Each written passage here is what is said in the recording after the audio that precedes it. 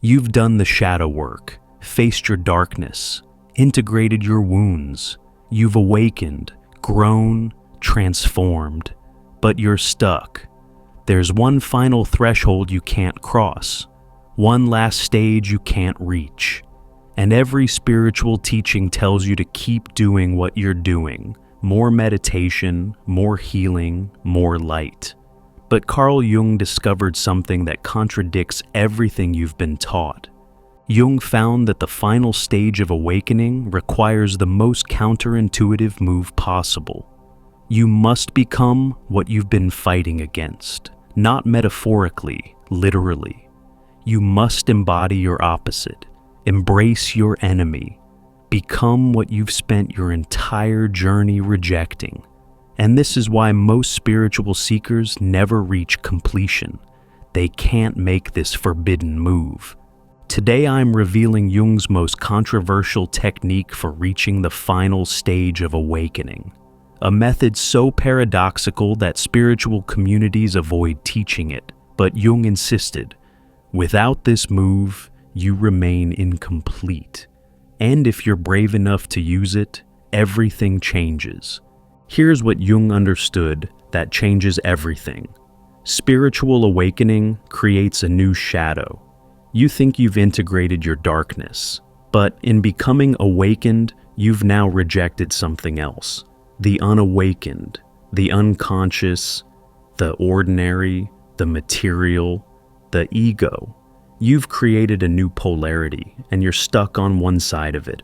Most spiritual teachings say, stay on the light side, keep being conscious, remain awakened, transcend the ego. But Jung discovered that this creates a split that prevents completion.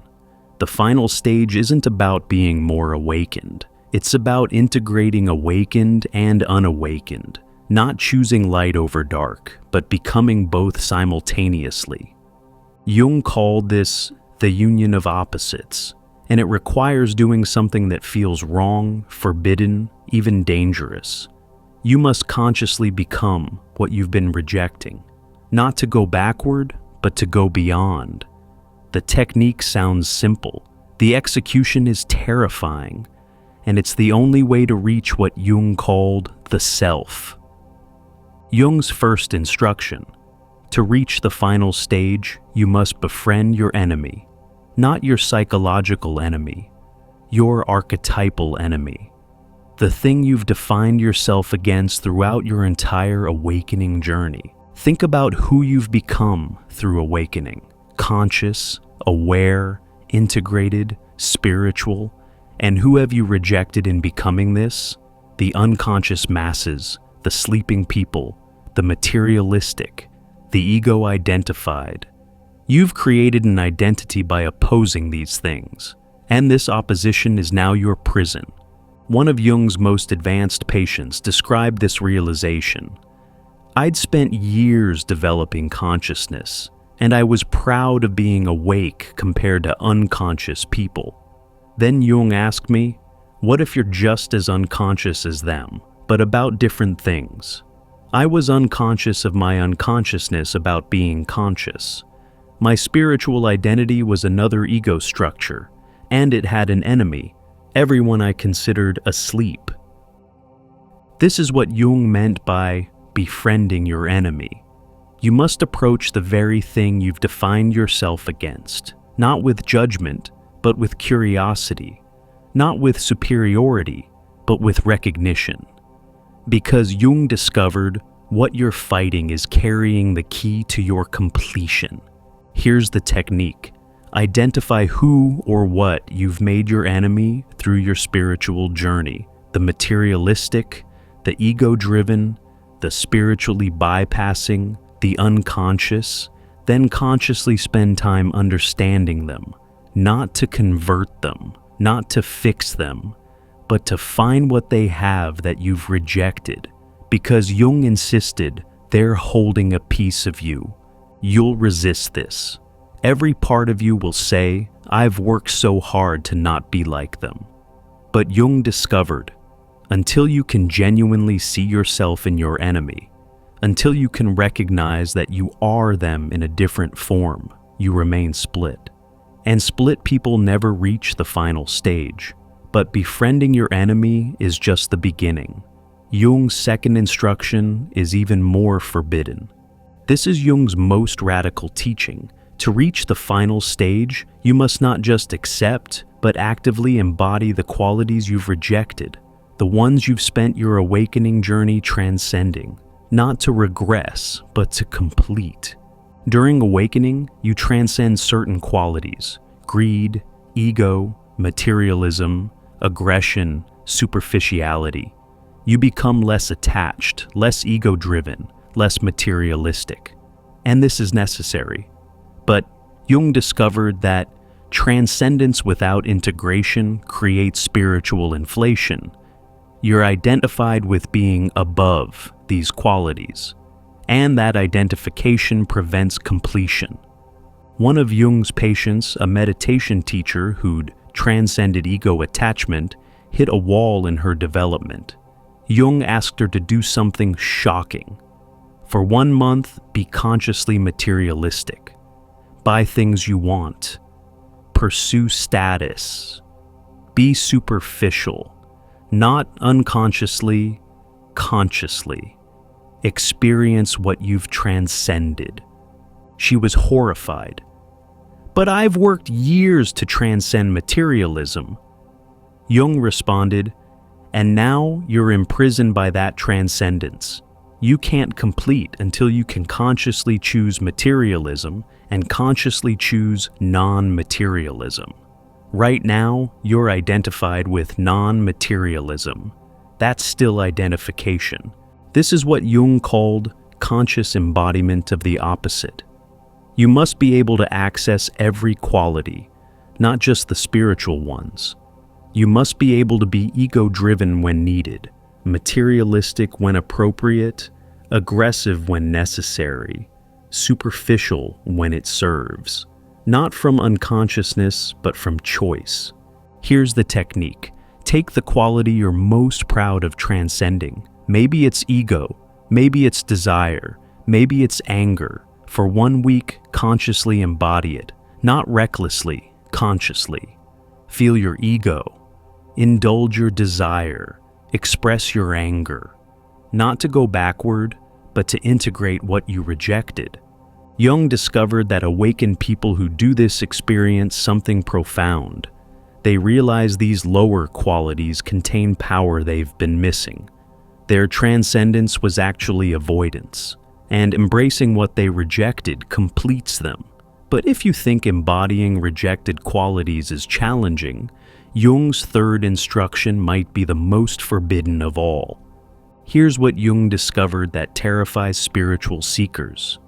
To reach the final stage, you must willingly descend back into unconsciousness, not permanently, but deliberately. You must temporarily surrender the consciousness you've worked so hard to develop. This sounds like spiritual suicide. You've spent years becoming conscious. Why would you go back to unconsciousness? But Jung observed that people who remain perpetually conscious become rigid, inflexible, unable to relax. They're always watching themselves, always aware, always in control. And this constant consciousness prevents the spontaneity necessary for completion. One of Jung's analysans, a man who developed high consciousness through years of practice, complained he couldn't enjoy simple pleasures anymore. Everything was an opportunity for awareness. He couldn't watch a movie without analyzing, couldn't have a conversation without being mindful. His consciousness had become a prison. Jung gave him a prescription that shocked him. I want you to get drunk, not just tipsy, drunk. Surrender your consciousness completely. Let yourself be foolish, unconscious, out of control. Experience what you've been avoiding. The man was appalled. Isn't that regression? Jung replied, only if you can't come back. But if you consciously descend and consciously return, you've integrated unconsciousness, and only then are you complete. This is what Jung meant by the conscious integration of unconsciousness. You must be able to let go of consciousness in play, in pleasure, in abandon, in rest. You must be able to be unconscious without fear, knowing you can return to consciousness when needed. Here's the technique. Choose a safe context and deliberately let go of consciousness. Dance wildly without self-awareness. Laugh without monitoring yourself. Play without being mindful. Get lost in a movie. Surrender to pleasure.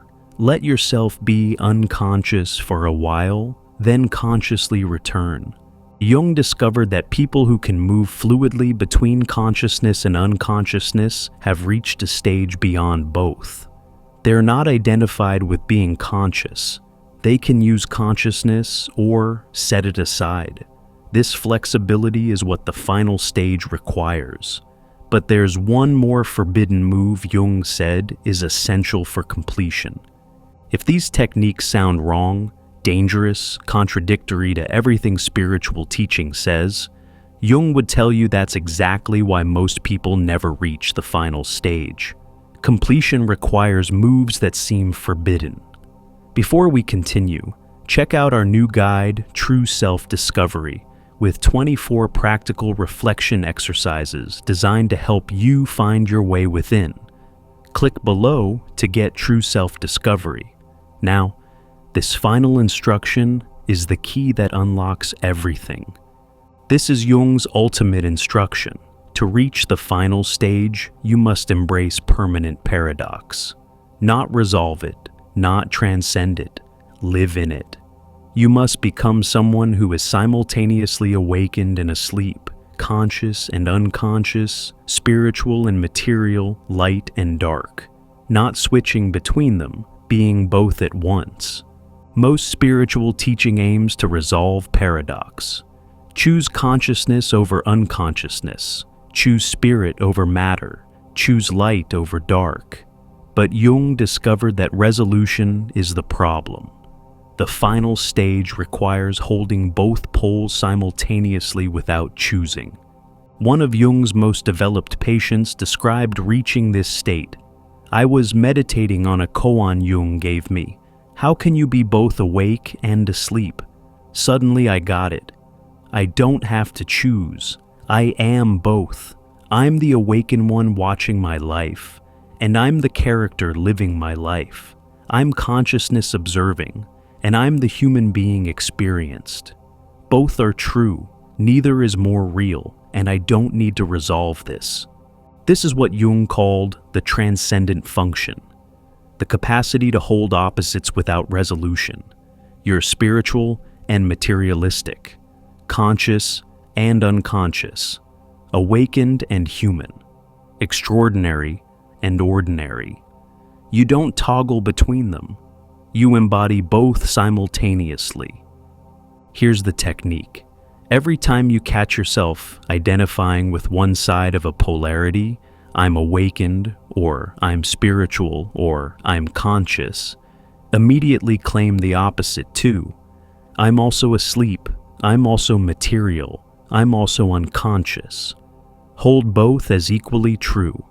Let the tension exist without resolving it. Jung discovered that the final stage isn't a state of resolution. It's a state of sustained paradox. You become someone who can genuinely say, I'm enlightened and I'm completely ordinary, in the same breath, and mean both fully. This sounds contradictory because it is, and that's the point. The forbidden trick isn't doing something special.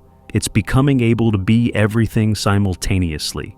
Saint and sinner, guru and fool, awakened and asleep, without needing to choose or resolve. This completeness that includes everything is what Jung called the self. Jung's forbidden technique for reaching the final stage: befriend your enemy. Find yourself in what you oppose. Embrace your rejected qualities. Consciously embody what you've transcended. Descend back into unconsciousness. Deliberately surrender the control consciousness gives. Embrace the paradox permanently. Become both poles simultaneously without resolution. This technique is forbidden because it contradicts every spiritual teaching that says, choose the light, maintain consciousness, transcend the ego, stay awakened. But Jung discovered these teachings keep you stuck in polarity.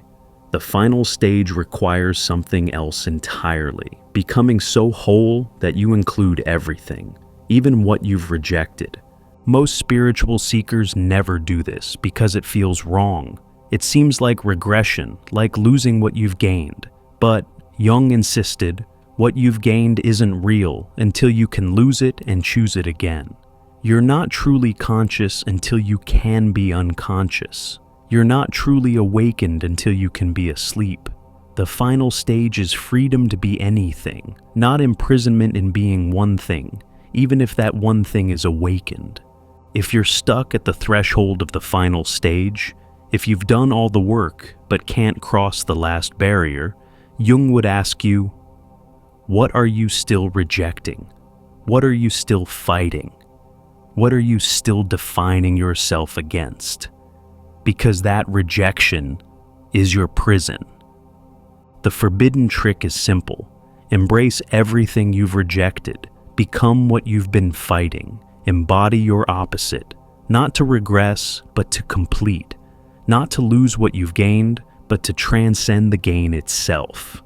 The final stage isn't about being more conscious. It's about being free from the need to be conscious. Try the techniques. Befriend your spiritual enemies. Embody qualities you've transcended. Deliberately descend into unconsciousness and return. Hold paradox without resolving it. This will feel wrong. That feeling is your sign you're doing it right. Jung believed that completion looks nothing like what spiritual seekers expect. It's not perpetual bliss or constant awareness or permanent enlightenment. It's being so whole that you can access any state, awakened or asleep, conscious or unconscious, spiritual or mundane, and you're complete in all of them.